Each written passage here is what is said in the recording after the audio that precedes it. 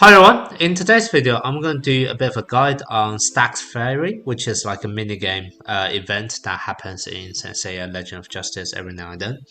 Um, it's a really annoying event, even though it's arguably one of the better events in the game. The reason why it's really annoying is because it takes so much RNG, like so much randomness, in order for you to get a really high score. And the reason why it's really good event is because with a sufficiently high score, it has some of the rarest redemption, namely the light and dark night. Right, this is absolutely amazing. Now, however, in order to get this, you actually need to have a really high score consistently. Well, just a really high score because you can sweep it after you get a high score. And there's no way around it. Because there's so much RNG, you have to keep on trying in order to get high score if you do want to get this. And in order to actually get this light and dark, you unfortunately have to pay. The reason is the highest I've ever seen anyone get on this game mode is only 206, and you can do this 14 times because you can do this twice a day, and the event's for 7 days. So you can do this 14 times, but 206 times 14, that's still not going to get you the 3,000 you need.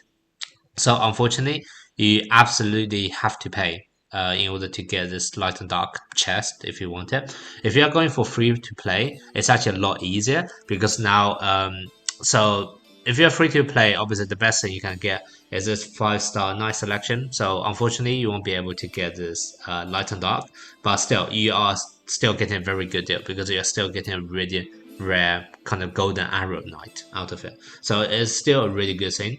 But the requirement for this is a lot lower. In order to get this, for certain, you only need to score 172 points per day. Sorry, 172 points per round because 172 times by 14, that's gonna get you enough, and it's really easy to get 172. However, to get this top one, what you need to hit is at least 197. And then on top of that, you have to pay a €5, £5 pack in order to actually get this light and dark character. So that's the 197 is absolutely ridiculous, and that's why it's really annoying in this game mode because it's completely RNG based. So you just have to keep on trying and keep on trying. So what I am trying to do in this guide with this video is really just to give you a few tips, I guess, to really look out for in your mini game, just so that you know when you're going to succeed, when you're not. And if you know for sure you're not going to succeed, then just restart. Just save your time and try, repeat trying. It normally takes me about an hour or maybe even 2 hours to get a score which is at least 197, so that I can get the light and dark character. So just be wary, it does take a ridiculous amount of time. Now, one thing I also want to mention is you only need to get 197 per day, per round, rather than 200 per round. This is because if you actually go into the redemption, buying the pack for this, what you can see is the best deal available is the first one on the top, which you can only get 200 stars, and that is for $5 or €5, £5, whatever. However, what you can see lower down is you would also have here another version, which is not as good deal. However, you get 250 stars. And this is the one that you're able to take with only 197 points per round. Obviously, if you manage to hit over 200 points, that'd be great because you can take the first deal, and that's a free 30 gold fragments on top. So that's obviously a better deal. But personally, I value my time a lot more. It's slightly easier to hit 197 compared to hit 200. So take whatever you want, but to me, 197 is normally the goal you want to set yourself, to get a light and dark character. Alright, now let's go back to the game mode itself. So like I said, you only need 197 per round in order for you to do this. Now, once you have done it once, you can just sweep it to make sure you are able to achieve the same score every single day going forward, etc. The game mode itself is really straightforward. I'm sure everyone knows, but I'll just do a quick demonstration. Basically, there are stars falling down. Each one is 1 point, so you try to collect the points. There are certain icons that drops down. For example, there are some bonus items and some penalty items. So, for example, I literally just took a few bonus items, so those bonus fireballs. Actually, already at this point, I know I failed, and now I will stop. The reason why I know I failed, saying I can't get a really high point, is because they're actually two different type of fireballs. So now let me talk about all the different items that you can potentially get. So like I said, so at the start there's a star, so every star is 1 point, so quite straightforward. You collect all of them. You have this hourglass, which basically add extra 5 seconds. You have this penalty item, which is the face of Karen, I believe. So you try to avoid that because that will reduce by 5 seconds. And then lastly, you have what I call this bonus fireball. And basically, it says it's a doubling item, used to double the reward. Ignore that. It's not doubling the reward. It doesn't work like that.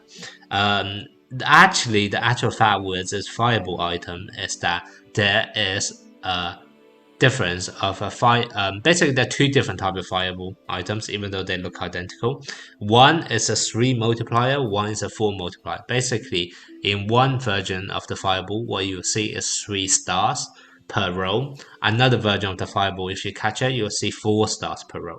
And basically, in this game, the bonus item you can get is completely set. You can only ever get 2 hourglass and 3 fireballs. Now, I heard some rumors of some people saying that you can get 3 hourglass, but honestly, this is the third time this event is on. I have been playing at least 2 hours ish on every single time it come out. Out of the 5 hours, 6 hours I try, I have never seen a single time when there are 3 hourglass. So I don't believe that. So I'm just going to demystify that. You can only get maximum of 2 hourglass and 3 fireballs. Now, the amount is almost set every single time. There are some really annoying times where, for example, the fireball doesn't appear till the last few seconds. So even if you hit the fireball, there's no way you can actually then catch off the bonus stars. So that's a really annoying scenario. So basically, if you are kind of getting into the last, let's say 7-8 seconds, and you know for sure there's still one fireball missing, then just restart because you won't be able to make it. Like if there's only 7 seconds left, even if a fireball pop up now, by the time you catch the fireball and then all the stars fall down, your time limit is going to be up. So there's no point trying. So just bear that in mind. You typically want all of the bonus items to appear as soon as possible. But the main key factor that I really want to stress is this difference between fireball items. There's the ones where a single row has 3 stars and also one where a single row has 4 stars. So in the demo I showed you earlier, I know for fact that I am not going to get a super high score because I realized one of the fireball I hit is only gonna give me a 3 multiplier, and you need, in order to hit kind of around the 200 mark or at least 197, you have to make sure all 3 fireballs you hit are the 4 multipliers rather than 3 multipliers. So let me just demonstrate again. So the main thing you want to look out for is as soon as you realize you hit one of the 3 multiplier fireball, you give up. So here you can see I hit that. Every single row is 3 stars, so I know for a fact I failed. However, I just hit another bonus and you can see it's 4 stars per row. And I know the second fireball I hit is actually a multiplier of 4. Now if I try to repeat the same, I hit this again. This is 4 every single time. So, this is basically just telling me exactly what I need to look out for. So once again, let me try to do a quick demo. Just watch on the screen once I hit a bonus, whether it's 3 appearing or 4 appearing. So right now you can see it's 4 stars per row. And okay, they're all 4 stars. Let me try again, trying to find one which is 3 stars per row. So a bonus. Here you can see, okay, I took that bonus fireball. Every single row is only 3 stars. Let me take this bonus up fireball again. Every single row is still only 3 stars. See, and this is the randomness factor. And now I just took another one, and every single row is only 3 fireballs. And I know I'm going to get a really low score because my multipliers are just not high enough. Whereas if I try again and I happen to get fireballs which are 4 stars per row, then I know for sure I'm going to get much better score because there are more points available. So it's literally just as simple as that. So as soon as you hit a fireball and you realize that's a multiplier of 3, then you give up. See, now I just hit a fireball, it's a multiplier of 4. So I know, okay, I can continue. What's going to happen now? Multiplier 4, but I missed an hourglass. So I know as soon as I miss that, there's no point trying. Let me restart. So yeah, so this is pretty much the main thing you have to bear in mind for this minigame. You literally just keep on trying in order for you to kind of realize, every single bonus item you hit is able to bring you the maximum amount of points available.